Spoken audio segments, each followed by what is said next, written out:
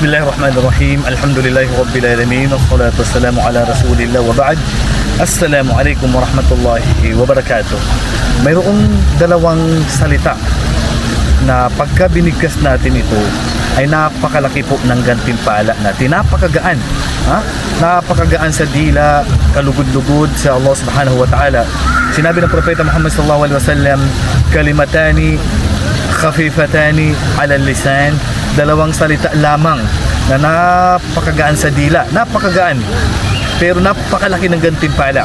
Thaqilatani fil mizan, napakabigat sa timbangan natin sa kabilang buhay. Ika nga bibigkasin mo lang na napakadali, pero ang katumbas nitong gantimpala ay napakabigat sa timbangan sa kabilang buhay. Habibatani ila Rahman, at kalugod-lugod sa Allah subhanahu wa ta'ala. Ano yun? Subhanallahi wa bihamdihi, subhanallahil azim. Subhanallahi wa bihamdihi, subhanallahil azim.